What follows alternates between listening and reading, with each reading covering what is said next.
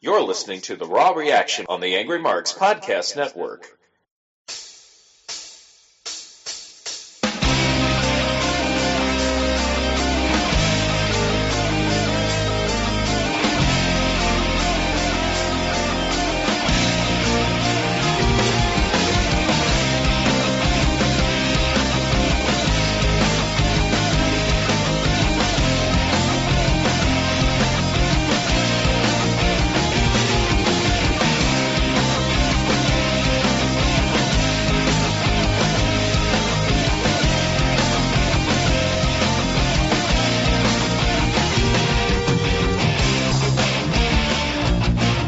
Welcome to the show with the highest production value on the internet. I'm talking about Raw Reaction, where we react to Raw. And who's going to be reacting?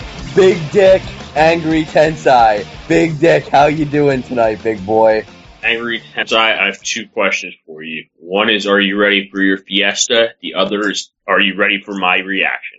I can't wait to get your reaction. You know, I have to say, every week I get very excited when I hear our music hit, and I know that we have the best of the best in production value.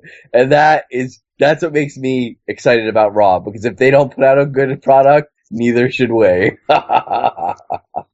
But, Big Dick, I have to say, tonight's Raw was actually very, very good. Did you enjoy the show? Yeah, it seems like the last month or so has been pretty good. So, I like what I saw tonight. It's almost like they've been listening to a show and saw a need to make shit a little bit better. What was your favorite part of the show tonight? Well, obviously, Rusev's penis, but, I mean, that goes without saying. Rusev's penis was large and in charge tonight. It was kind of a weird show in the sense that there was actually pretty decisive endings to some really big matches where I'm kind of scratching my head on, why didn't they save him for the pay-per-view? And one of those matches was your boy Rusev, who took on the Big Show tonight. And pretty hyped up match, a pretty good match, and a match Big Show really controlled until Rusev was able to turn the tides and hit a big spinning kick, was able to get the accolade on Big Show. And where I think there's some interesting booking in this, Big Show actually looked like he was about to either pass out or tap out. Mark Henry comes out to cheer on Big Show. Rusev breaks the hold to basically attack Mark Henry, goes and puts the accolade back on the Big Show, and basically Mark Henry has to come in the ring and break that hold. To me, that was a decisive destruction of the Big Show by Rusev. I mean, what do you think of all that? I think they're definitely planting the seed for down the line a Big Show Mark Henry matchup. I like the fact that they didn't have I like the fact they didn't have a clean finish here, because I think a clean finish would have been a mistake. Now, are these two scheduled to fight at the pay-per-view then? Big Show or Rusev? I would assume so, but in my opinion, though, I mean, that was pretty decisive. If a face has to come down to save a face from a clean loss, I mean, to me, that was really... Big Show looked really weak at the end of that match. He did have a good match, but still, I mean, he probably would have tapped out twice if not passed out. I mean, he wasn't moving.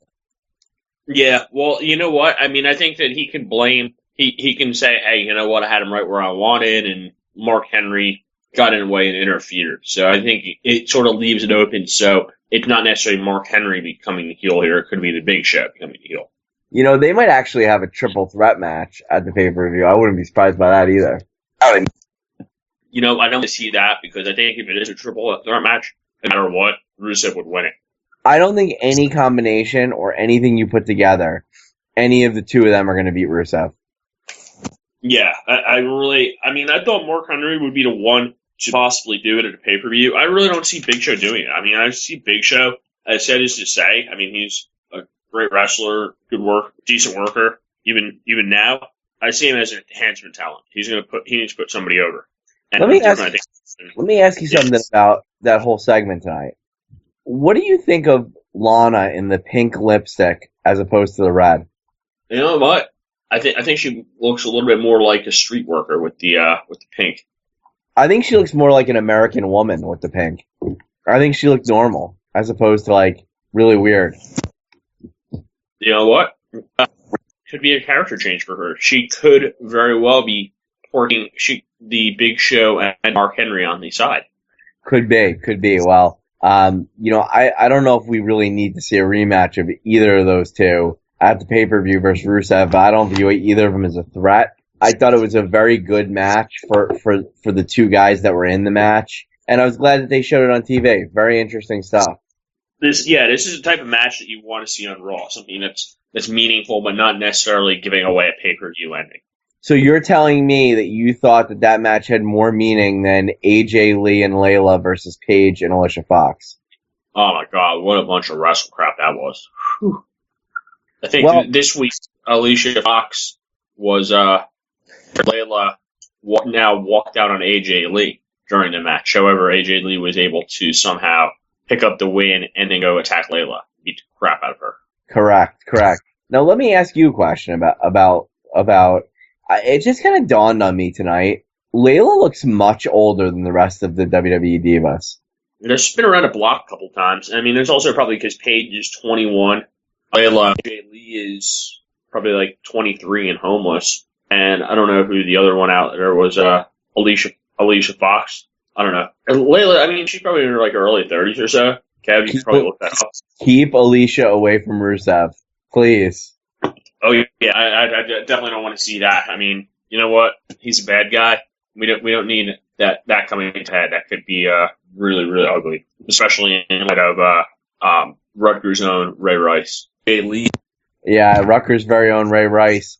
I wonder if he'll actually show up on WWE TV at some point. Like, you know what? I think he could. I think they might be talking about bringing Adam Pac-Man Jones in as well. Yes. Now, I don't know if Kevin's with us tonight. Kevin, are you with us? Oh, I'm around here someplace. Somebody's got to push the buttons. Do you feel like Layla looks older than the rest of the divas? Well, yes, because she is older than the rest of the divas. I understand that, but do you really do you think she should be in the divas division? Like I don't know. She just doesn't fit anymore, in my opinion. Well, the reason she doesn't fit is because she actually knows how to wrestle. Ooh. Wow. She's totally out of place in this division. So you think she's a good worker? Yes, she's a fine worker. I would hire her for apartment wrestling. Would you let her work your junk, Kev? Oh, absolutely. Just checking.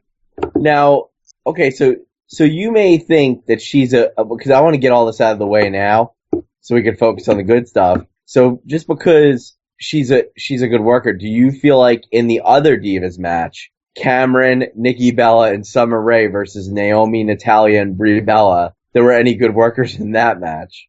Well, I've been impressed with Nikki's wrestling lately, so...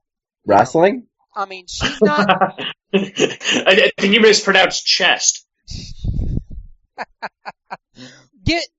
Granted, she's not on the level of an AJ Lee, but wrestling is really good. And out of those 6, she's clearly the best. Well, the match was absolute garbage. Brie Bella went over Nikki, believe it or not. Well, since I didn't actually get to watch Raw tonight, I have no idea on the match. I'm just going with theoreticals here based on past performance. Theoreticals.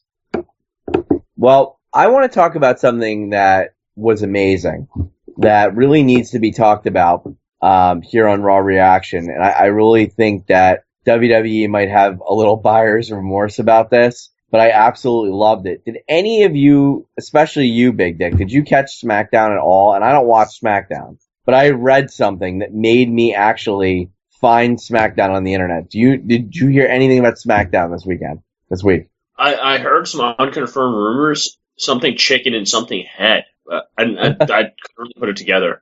There was nothing chicken or nothing head on this SmackDown, but in that same vein, not only did Adam Rose, and I want you guys to Google this, YouTube it, watch the match. Not only did Adam Rose lose his first match, but he lost his first match, which was acknowledged as a loss of his first match on the show, to my man Kane, who literally kicked his ass, squashed him in about 45 seconds, didn't cheat. It was like clothesline, choke slam, and then he goes and beats the hell out of all of his posse, all of the lemons one by one, and the bunny got away.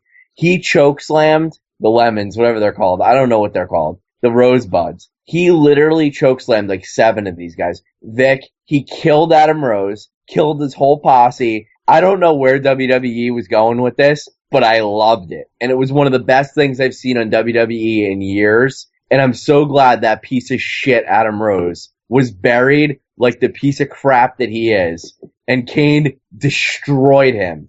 And everybody who is a real wrestling fan that is as sick as I am at this shit that we have to endure with these gimmick characters that are absolute jokes for 4-year-old kids. Google this match, YouTube this match. You will restore some faith in all that is good in the wrestling world. I like that they put a ceiling on Adam Rose. I was thinking after his segment last week with those 2 elderly ladies that they were sort of pushing him to the moon. And I feel like a Kane solid beatdown is definitely a way to go with that. I would have also been happy with a Bo Dallas decisive win, but the Kane beatdown really does it. And not just Kane beating him down, but also his entire posse. Yeah, the Kane beatdown's always good because here's the thing.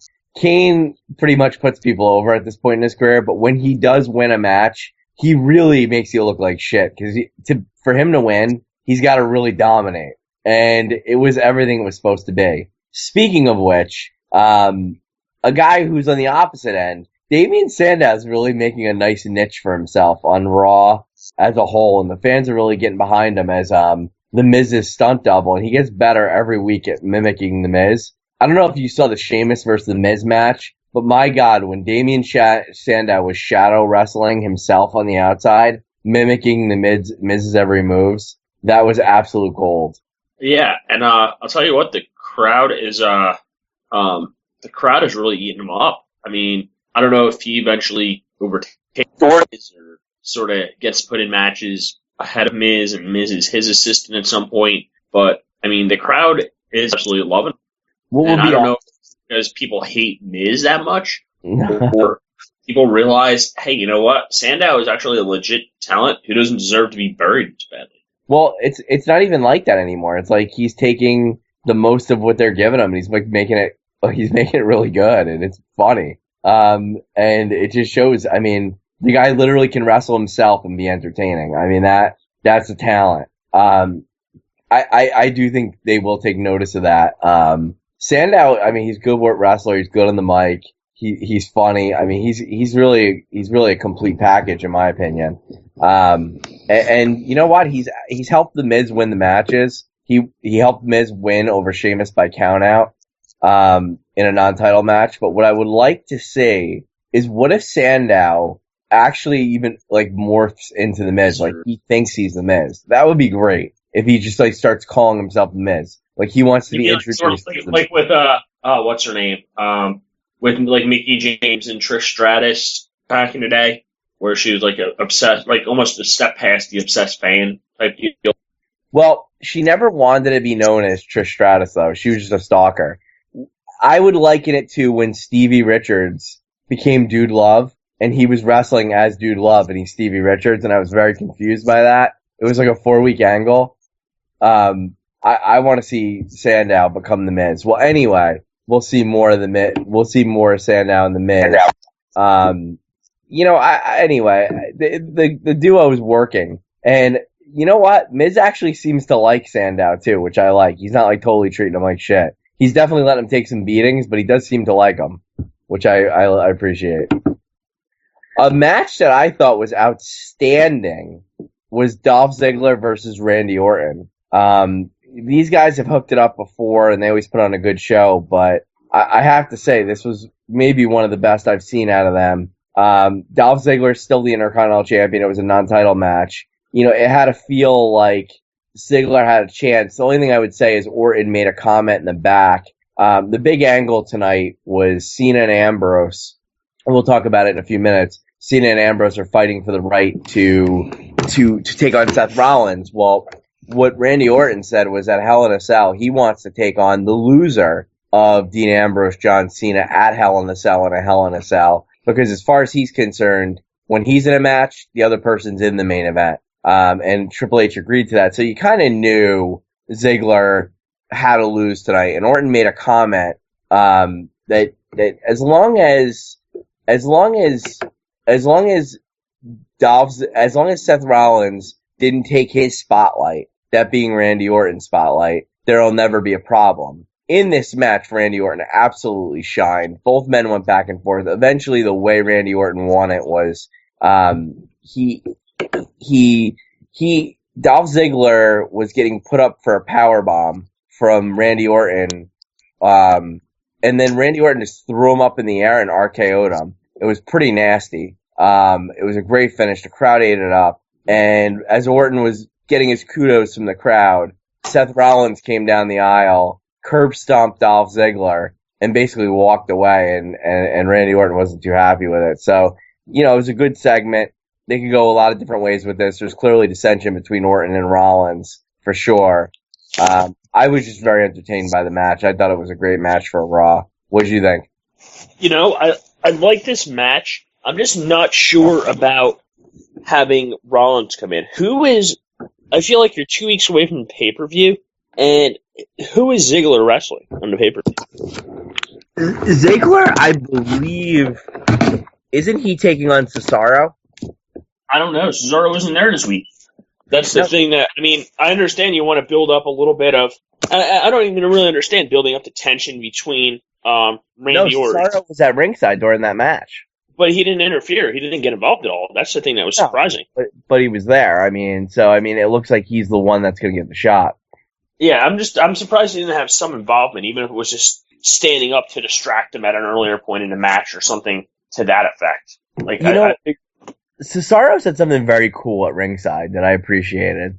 He said, if you look at the history of the WWE, the Intercontinental Champion has always been the person who's the actual best wrestler.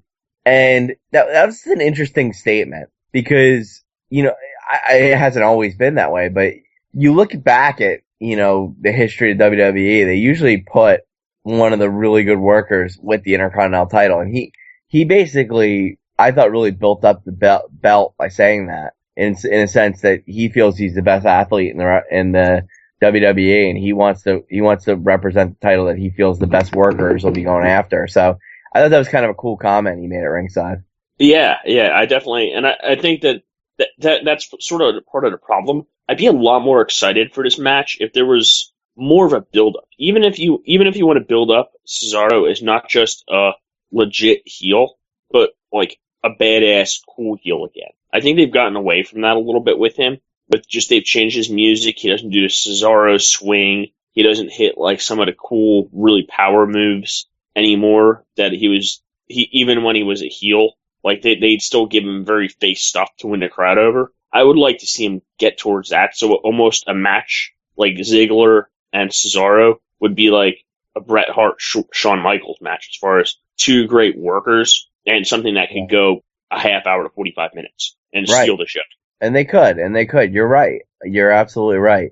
The problem, I think, to your point though about stealing the show and getting that forum to have a 45-minute match is they don't build these guys up for you to care about them, because it seems like at times the Intercontinental title or the U.S. title is like a death sentence, because basically what it means is you're going to meet a bunch of non-title matches for your title reign and lose every single one of those matches.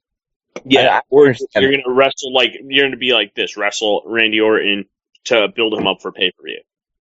That's sort of a perfect example of it right there. But literally, since 2009, that has been their formula. Like, literally just job the champion, the secondary champions to bigger wrestlers. And I don't know. I just don't get that, but neither here nor there. Right after that, Seth Rollins actually had a match against Jack Swagger. And again, because the show actually kicked ass tonight, yet another great match. Seth Rollins actually won this one in a very, I'd say a very hotly contested match. Swagger definitely held his own, and he's a threat to anybody now. But Rollins was able to cheat to win in this one. He basically reversed a move, held the tights, and was able to get the win. Orton ran in at the end, RKO'd Swagger to kind of show up Rollins like Rollins did to him. But regardless, it was a really good match, and I don't think Swagger looked that bad outside of the fact he got beat up after the match. But I don't know. That was interesting. Yeah, and that's sort of, I feel like Swagger, he's almost on the same level as Ziggler.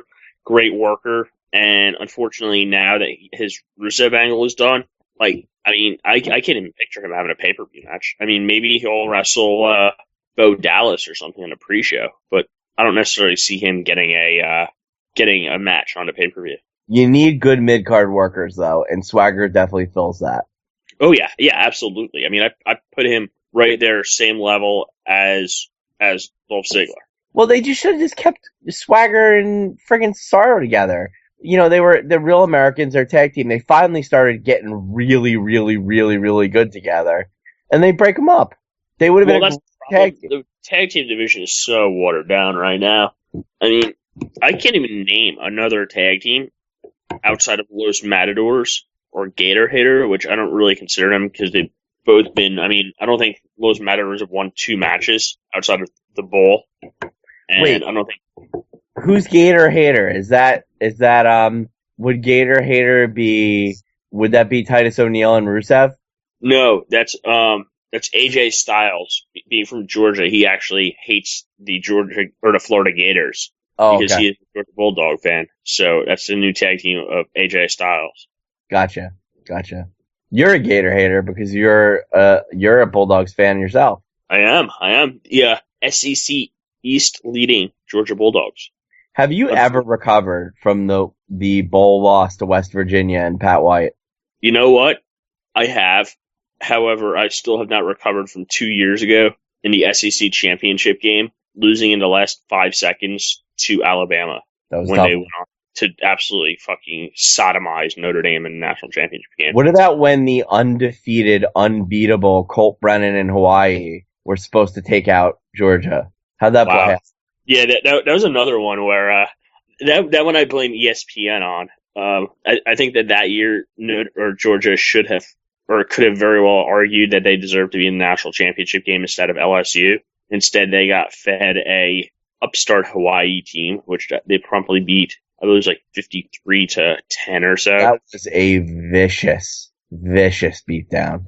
Vicious beatdown. That was like, hey, you know what? It's like with Boise slipping in the ball or TCU a couple of years back, if they were really legit slipping the ball. It's like, hey, you know what, you guys? It's great. You could beat you could play 2 Pac-10 teams, 2 moderate Pac-10 teams, and win those games, and then win whatever crappy little conference you're in and go undefeated. And you should be ranked maybe 16th, but somehow because you're undefeated, you get a bowl game against the big boys. That was sort of what they just sort of got fed to Georgia. And Georgia was pissed off that year because they, quite frankly, I think they should have been in the national championship game. You know, it was years like that. You need the playoffs. They would have made quick work of Hawaii and moved on to the finals. Yeah, exactly. So, I mean, even if it wasn't Hawaii, even if it was an actual team that deserved to be up there. I mean, I feel like that year you could have literally fed anyone to Georgia and they would have won. Well, you know what? What can you do? Other than complain about it. Well, Georgia will have their chance this year. If they win out and they win the SEC, I bet they'll be in the playoffs. Exactly. That's the thing. They just need to literally go through the rest of the season, take care of business, and that's all you can ask. We watch violence on Monday Night Raw. What's up with running backs, and why do they keep getting in trouble? Namely, Peterson, Rice, and your boy Gurley. What's up with running backs? Don't forget Jonathan Dwyer. Him too. Well, I'm going to put Gurley at a different level than the others because he's just a freaking moron. Like his wasn't as bad, not even close to as bad. No. But the problem is, it has the same effect. He did the same exact thing as Johnny Manziel did. The only difference is there's now somebody in Georgia who's as good as a dead man, and that would be the memorabilia dealer who snitched him out, whose name is now very, very, very public. You think people are going to go after him? Oh, absolutely. He put in emails that, oh man, it's like you can't tell anybody who this is or that I'm giving up this information. He basically secretly recorded him signing a shitload of autographs and said he took like $4,000 or something from him to sign like all these autographs that are now listed on eBay.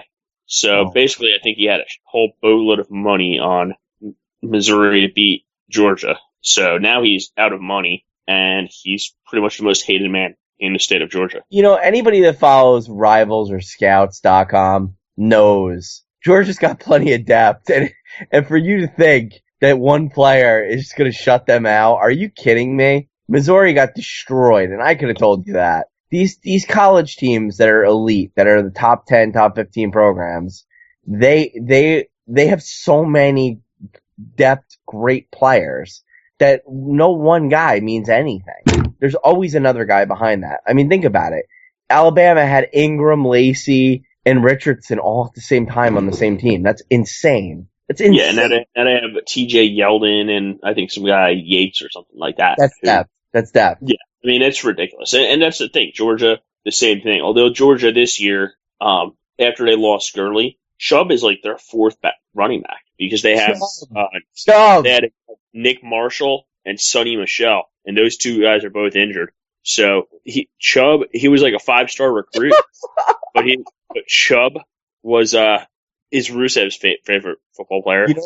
I love Chubb's dad. He's a great guy, Papa Chubb. Papa Chubb. Anyway. and he has a son too, Baby Chubb.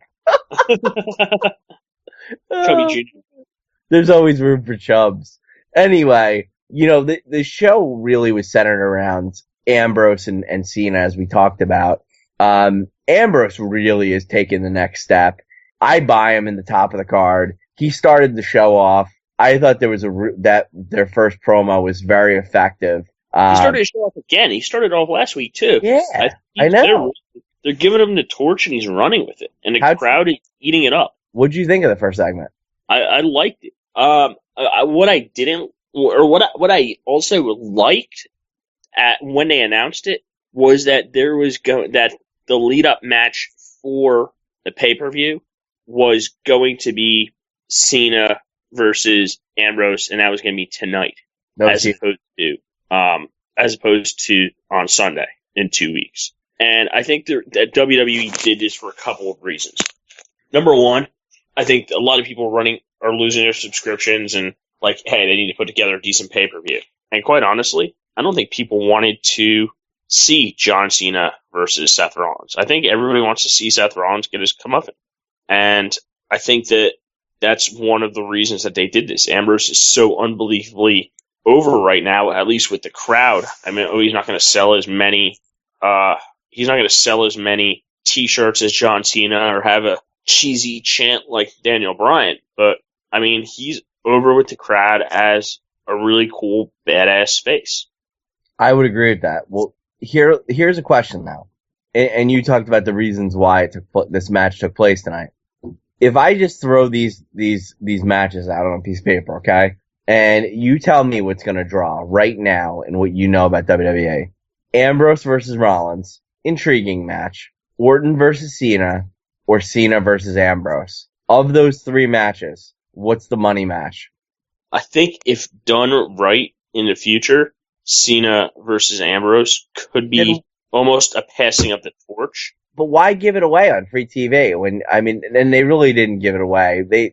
You got the match, but it really, we'll talk about it in a second why it wasn't.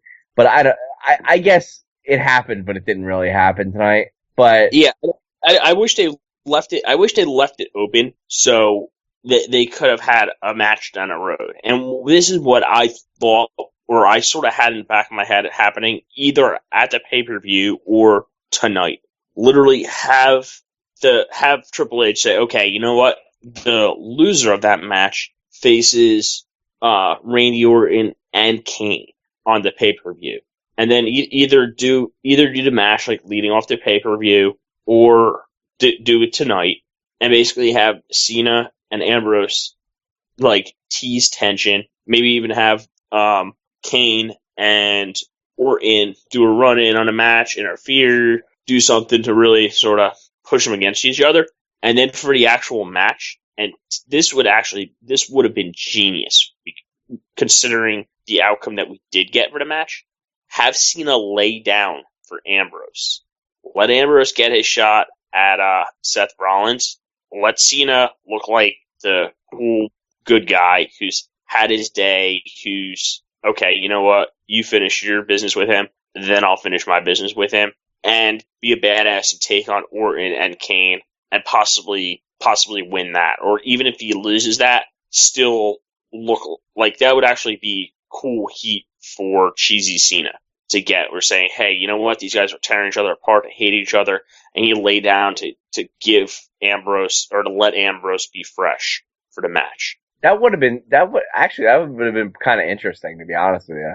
And then they could actually play off in the future that Cena was really scared of Ambrose. I mean, that could go. Or they could have done that, or they could have done Ambrose could have said, hey, you know what? We're gonna put this on. Let's do this match, a match between me and you at Survivor Series. And I mean, that could be the lead match at Survivor Series if you build it up, or maybe whatever the December pay per view is. That match right there could easily headline a pay per view. Yeah, maybe not a match if Cena doesn't have a title. Dude, but I it think got my attention tonight, especially when Cena got all self-righteous on Ambrose in the promo, talking about how you better focus on and stop talking. And Ambrose was like, I don't care what you have to say. I know who you are. I know what you're all about. And he almost implied, like, I don't need your advice because I know what you've done to other big guys trying to make it up the ranks. You know, he kind of implied that Cena, you know, he knows what Cena is about. I thought that was kind of cool underlying commentary. What was kind of cool is Triple H put them in a match early before they actually fought tonight. They were in a tag team match to start the show. I mean, they were working tonight. Ambrose and Cena took on the Usos and Goldust and Stardust in a triple threat match. And dude, the crowd was going crazy for Goldust and Stardust, which I thought was really cool. Yeah, well, I think a lot of that had to do with, number one, they hate the Usos, which, along with myself. And number two, I think that they were, Stardust and Goldust were literally sitting outside for the first 10, 15 minutes of this match, just jumping on the ropes and just doing stupid stuff to sort of get attention and sort of play up like, hey, it's like we want to get in the match, we want to do something here. And when they finally did, the crowd exploded and was happy. I was very surprised as far as the cohesiveness of John Cena and Dean Ambrose. They were a well-oiled machine as a tag team. Yeah, it reminds me of when Cena and Shawn Michaels were tag champions. Cena's playing the role of Shawn Michaels this time. Yeah, so, I mean, I was thinking to myself, I'm like, I wonder, during the match, when they first started out wrestling together pretty good, I was thinking to myself, like, I wonder if the tag straps are on the line here. I mean, you can't do much more to sort of devalue those things than have these guys win the championship. But, I mean, I could almost see it as like an odd couple tag team championship pairing, which, I mean, might serve a purpose for pay-per-view or something. But, I mean, it serves to freshen it up from, okay, we could have our 50th Goldust, Stardust versus the Uso brothers, because they're really the only two tag teams that are worthy of a pay-per-view match. Keep your eye on the angle if Cena and Ambrose do ever win the tag titles. I recall Shawn Michaels super kicking John Cena in middle of a match against the Nexus and costing them tag team titles. And I'll never forget the promo the next week from Cena to Shawn Michaels about how dare you disrespect WWE tag titles to just throw them away like that and cost our team the match. And I thought that was kind of a cool segment, you know. You know, it would be even funnier if they did something like that now, and then Ambrose said, whoa, wait a second. The WWE has been disrespecting these titles for the last decade. Wow. You know what, man? I mean, who knows? With WWE, they'll probably recycle the exact same storyline. Nobody will notice. But, you know, anyway, I still want to see the old age Outlaws come back. They did see good. Somebody from NXT. Like, those are the only two things that can really, and I don't even want to see save the tag team division. I'm saying do something like to make it somewhat interesting. I mean, you know what? Goldust Usos, that's like almost like a pre-show match to me. It probably will be on the pay-per-view just because it is the tag straps, and I think there's like two other matches for the entire pay-per-view right now booked. But I think that, I mean, who's that tag team that you love in NXT? The Ascension. Yeah, I mean, this would be an ideal time for the Ascension and just do a run-in. I mean, middle match, come out of the crowd, just beat the piss out of both tag teams. They probably will. They're probably not far off, I'll tell you that. Well, as far as the tag team titles go at this point, I wouldn't mind seeing Paige and Alicia Fox take the belts off of oh wait, the Usos, that just goes to show you. I didn't even realize that. Think about that. I'm still thinking the Usos are tag champions. Yet I saw Stardust and Goldust come out with the penny belts earlier in the night. You know what? I think that it would be a refreshing change if Judy Bagwell won one of the tag team straps. That's Penny how belt. weak the tag division is. They're worth a penny. You know what? You might be overvaluing it a little bit. They're probably worth a little bit less because think about it. Like if you're just like a regular guy, like Cody Rhodes, sort of regular guy, like decent wrestler or whatever. But what a pain in the ass it must be to have to like carry those things around. I mean, he probably has to check a bag at the airport because of the freaking thing. I mean, it's a lot of luggage. This thing's freaking clunky and heavy. Well, since there's two of them, you should just have your partner one day carry both, and then the other day you carry both, because then you don't always have to carry it around. Yeah, you know what? That's good too, but I don't know. I don't see the Rhodes brothers working like that. Lance Storm wrote an article on his webpage that although he loved having all the different titles when he was in WCW, he said it was just awful. He'd have a bag full of titles, and he had to carry them through airports, and it was just painful how much. He had the Cruiserweight title, the Hardcore title, the U.S. title, and the tag titles all at the same time. That's sort of ridiculous. You know what? Ric Flair could have helped him with that. How? Oh, Ric Flair can make those titles disappear real quick. Did he lose a belt? No, he doesn't lose them. He just pawns them. Ric Flair pawned titles? Cash money, baby. Ka-chow. He pawned a belt? That's awesome. One belt is worth a whole living room suite. Don't you know this? No. I'm just saying, see, that's why Lance Storm is just a B player. He doesn't know how to do the smart things in pro wrestling. Like how not to pack around titles. Or go on Ed and San Antonio show on Friday night. That's a B player. I'm sure you agree with that. Oh, I don't know about that now. I can't believe he had Lance Storm on. That's pretty awesome. That is awesome. Good for Ed, man. Good for Ed. You know what? I got nothing but love for Ed. I have no beef with Ed. Good for Ed. Angry Tensa, I think we need to bring a guest onto Raw Reaction. We'll get some WWE wrestler who wrestled in like the Raw pre-show and who's like back at their hotel just about falling asleep. We can get like Alex Riley or something to come on. We have had two guests on the show before. I'll shout them out. Most people probably forget we had them. And they were huge guests. We actually had Extreme Tony, who is an icon beyond icons. No one could forget that time we had him on the show.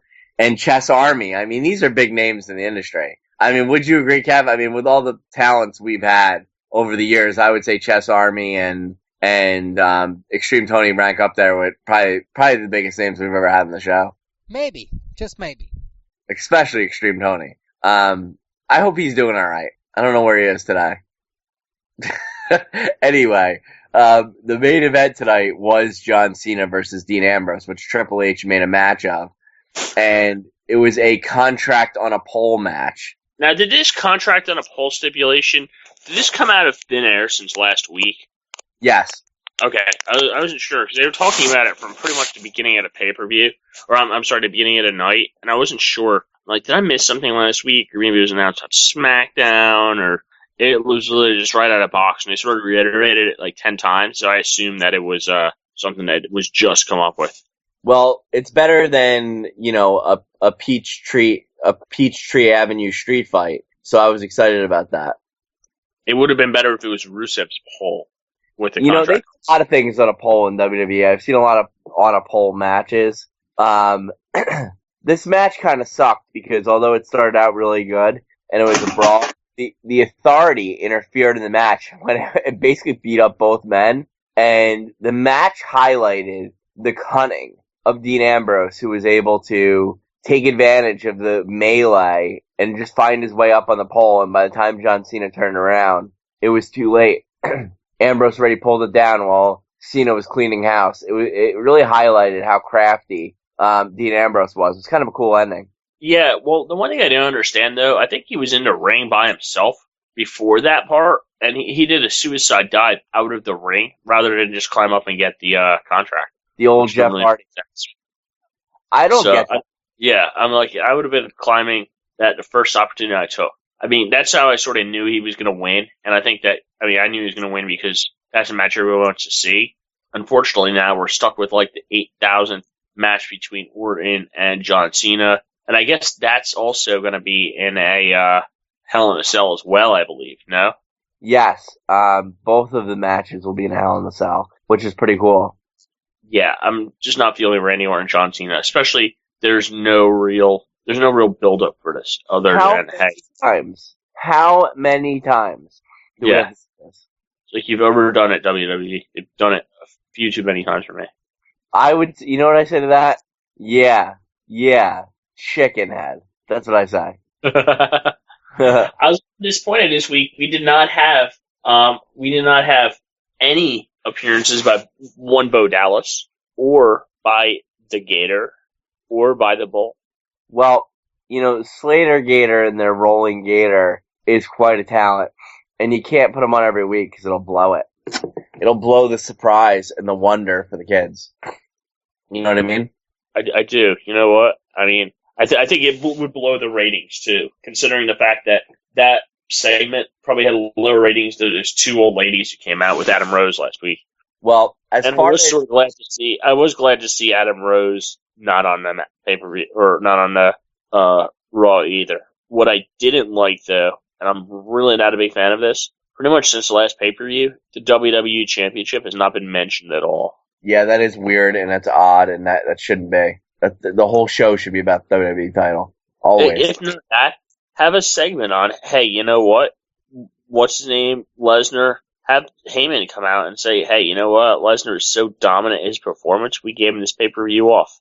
At least build up some heel heat. I can't imagine the real animosity between Lesnar and the locker room. I mean, these guys are on the road, doing house shows, killing themselves, and this guy is not even, like, ever at anything, and he's the featured attraction.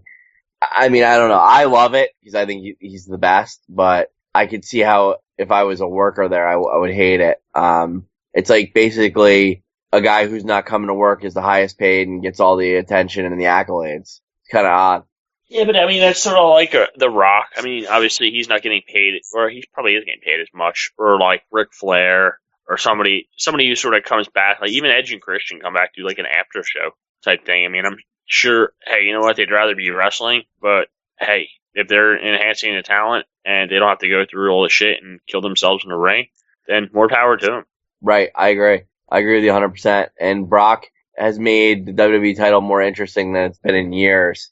But I agree with you. You have to have some kind of build, even if there is no match. What's Brock doing? Do friggin' skits with him and video him, have him in the jungle with Paul Heyman making fun of WWE, doing stupid things.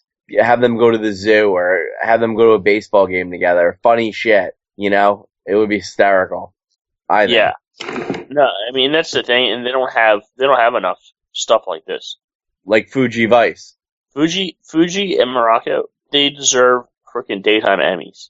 Fuji and Morocco, legitimately, after watching all that stuff, these guys are two of the best combo. They're a little before my time. I probably started watching wrestling right when, I remember them, but I couldn't really comprehend them because I was so young. But I definitely remember Fuji and Morocco. But looking back on what they did now, I mean, their stuff stands up. It would be funny now, I think. I don't know, Kev, you're an old school wrestling fan. Were you a Fuji and Morocco guy? No, I actually was not, but I was like 6, 7 at the time. But in retrospect, oh, hell yeah. What made them so funny? I think they were just natural. They were just basically goofing off. I mean, they didn't really have any real comedic talent. They were just two guys goofing off and just having fun. You could tell they definitely really got along, which is what makes, I don't know, for good TV, in my opinion. It did. It really did. It's sad when you watch, a combo, when guys get old and they can't do what they do anymore. It is really sad. And, I look back to the Hulk Hogan birthday celebration and, Man, I want Nash and Hall to be able to go so bad and just take over like they used to. And when Lesnar got in the ring, you could see it in Nash's eyes, man. He wanted to break kayfabe and just grab that mic and be like, "You piece of shit!" At the next pay-per-view, he did, and everybody wanted him to, but it just doesn't work anymore, and it's just sad, when that happens. And you know what? Last week, watching The Rock come back and making the whole roster look like dog shit, I did enjoy that a little bit. A little bit, I gotta say. He is the great one. He is.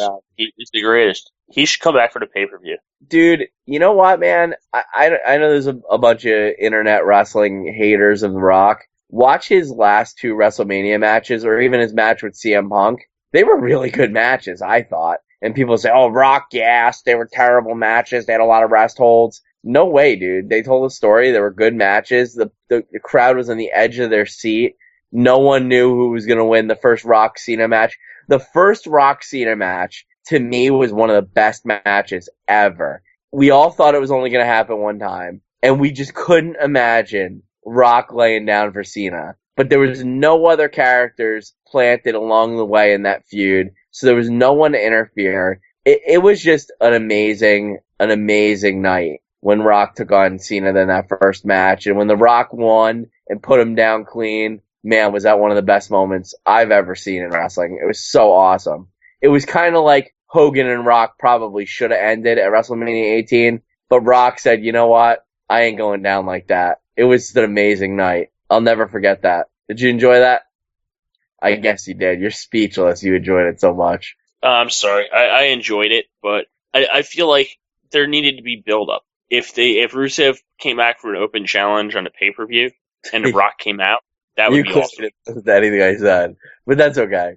I was talking about Rock Cena, but Rock Rusev, you think that's going to happen? No. I wish it would, though. I would consider ordering the pay-per-view if it was. Only one ending. There's only one way that can end. There's only one way it's going down.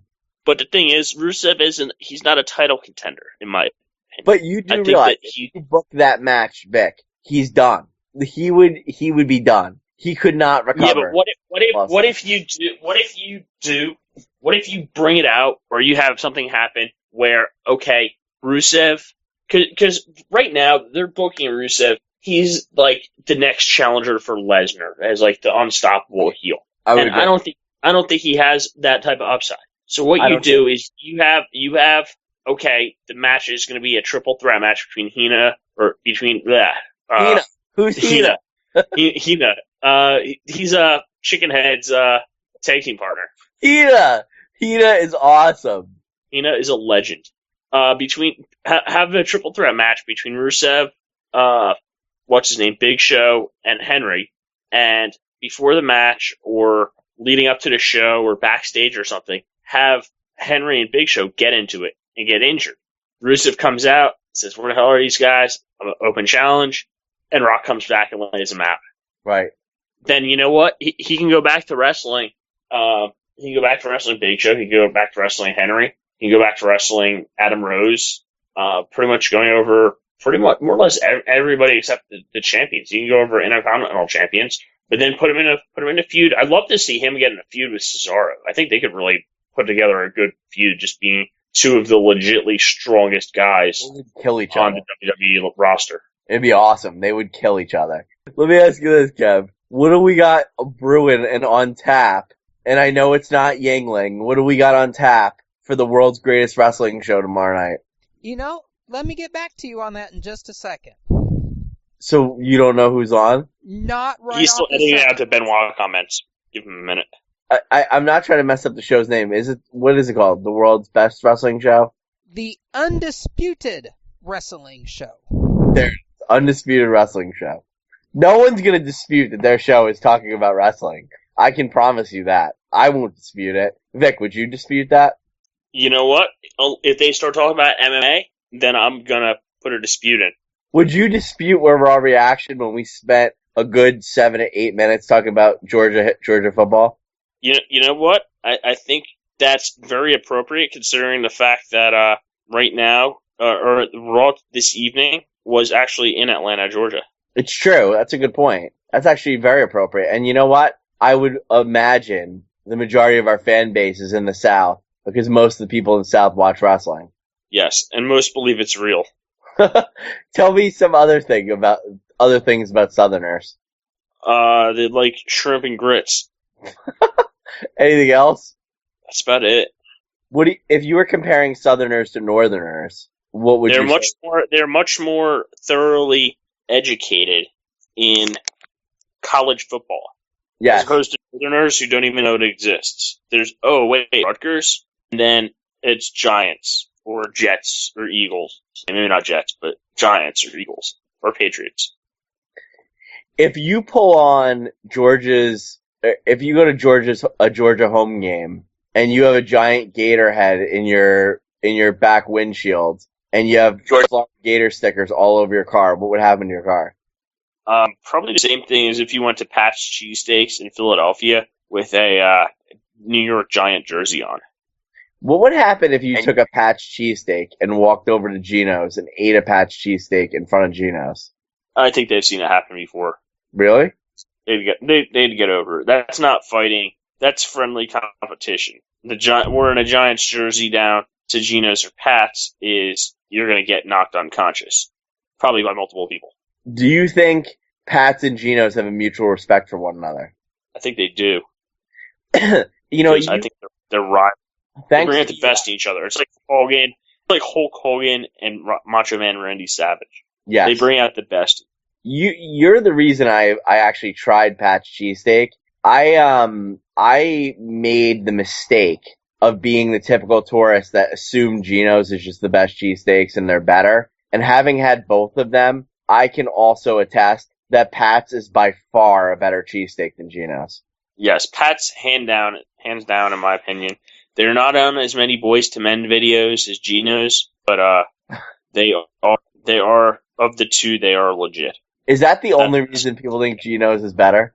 I think so. They get more rub. Yeah, because of Boys to Men. Exactly. Shit. You know what? You get the Boys to Men bump. Motown Philly. Back again. Anyway, do you have those guests for us, Kev? Yes, sir. Tomorrow night on the Undisputed Wrestling Show, in hour number 2, we'll be speaking with independent wrestler American Fury John West. And in the first hour, we have TNA legend, the Super Mech, Sean Hernandez. Oh, yeah, that's right. You told me Hernandez was coming on. That's awesome. His first name is Sean? Yep. I didn't know that. That doesn't sound like a very Mexican name. He can be whatever he wants to be, man. That dude is jacked. His whole family is jacked. I just found this out. His daughter holds 2 weightlifting records in Texas. Sheesh. Wow. That's him and Matt Morgan are seriously one of the best tag teams I've seen in years. I love them. Matt Morgan isn't a wrestler anymore. What the hell does Matt Morgan do right now? He's in your now.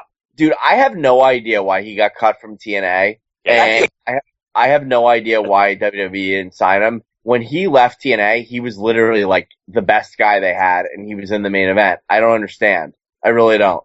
I think he was literally just such a douchebag on TV, and that was like sort of his real life persona. Was like, you got to put me in a main event matches. Very disliked. I agree with you. Yeah, I don't know what's he doing now. Apparently, he retired from wrestling and he lives in Connecticut. Does he live in your neighborhood? I haven't seen him. You can't miss him if he was, but I haven't seen him. I think he lives in Fairfield. Yeah. Well, he actually he used to play basketball along with former Central Regional all-time living legend John Tice. Played basketball at Central Connecticut State, I think. They're on the same team? I don't know if they're on the same team or not, but I know that they I think it was either Fairfield or Central Connecticut State he played ball on. Wow, that's awesome. Yeah, he's from Fairfield. I knew that, but I'm not sure, and that's pretty far from where I am. Let me ask you a question. I don't know if you know this, and this is pretty exciting stuff. Hernandez obviously is a great guest. I love that we have him on, but I'm a little more shocked that we're playing down the John West thing. I mean, guys, the original Batman will be on the second hour of this show. I mean, that's pretty big stuff. Correct me if I'm wrong. this is confirmed to be true fact that John West, it was the original Batman. Am I mistaken? No, I'm not. We will have on the original Batman, John West, in the second hour. Huge. That's a game changer right there. I also heard that we're gonna have former NWA WCW jobber George South. The week after that, the following week, we're gonna have porn legend Peter North. And it'll be pretty exciting that we'll go from west to south to north.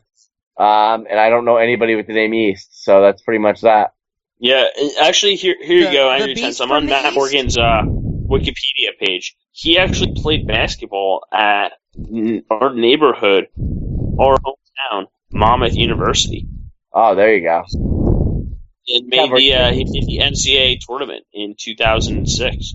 There you go. Kev, were you going to make a comment about the directionals? Yeah, the Beast of the East. He's dead, though. Ah, shit. Well, he's going to do a run-in with Benoit, so. Oh, there you go. You got adding shit, Kev, you went there too? Damn. To play the show off, could we play the Stevie J Christmas song to get in the mood? I don't have that loaded up on my laptop tonight. Yeah, that is probably. You always gotta have that keyed up. Do you think we'll be playing it over the holidays? We might be. Maybe. Why maybe? Why not definitely? I won't rule anything out. Maybe we do a new song. Maybe you and Vic need to do the new Angry Marks Christmas song. It won't be better than that song. That's the best song ever. It doesn't have to be the best song ever, but you can't always play the best song ever. Does Stevie realize that song's gold? It's solid gold. Does he believe that that's a great song? It sold 30,000 copies on iTunes. Does he believe that it's a great song? Probably not. He probably doesn't even remember recording it. He was probably drunk. Deck the halls with hardcore Holly. Any song that starts like that is awesome. Anyway, I don't know about you, Big Dick, but that's all I got for this week. Anything else you got? That's about it. I'm actually just perusing Matt Morgan's Wikipedia page right now. I want to find out what he does for a living now. You're trolling on him, you perv. How about you, Kev? He's your neighbor, man. He might live like down the street from you. No. Dude, Fairfield's pretty close. Connecticut's not a big state, from what I hear. I'm going down to the Peachtree Mall, bro. I can't wait to get down there. Dude, do not shoplift. Trust me. There's probably nothing to buy in that mall. How about you, Kev? Anything you want to plug or say? Plug. Nope, I am all done plugging. Are you going to be on Glove Up or Shut Up Wednesday? Probably not. Why? Because I will be busy working. Oh, that's good. Well, that's pretty much it. So we want to thank everybody for tuning in to Raw Reaction. The pleasure's always all ours. And we'll see you next week. Hopefully the show will continue to be as strong as it was this week. This was seriously probably one of the best Raws I saw all week, or all year, excuse me. I was very excited. I enjoyed the show. I actually made it through a whole show. It was awesome. So other than that, folks, you have a great day. Enjoy yourself. Take care and brush your hair. And me, Big Dick, and the Killer Kev will see you next week. Thanks for tuning in. Kev, hit the music, brother. Peace. Peace.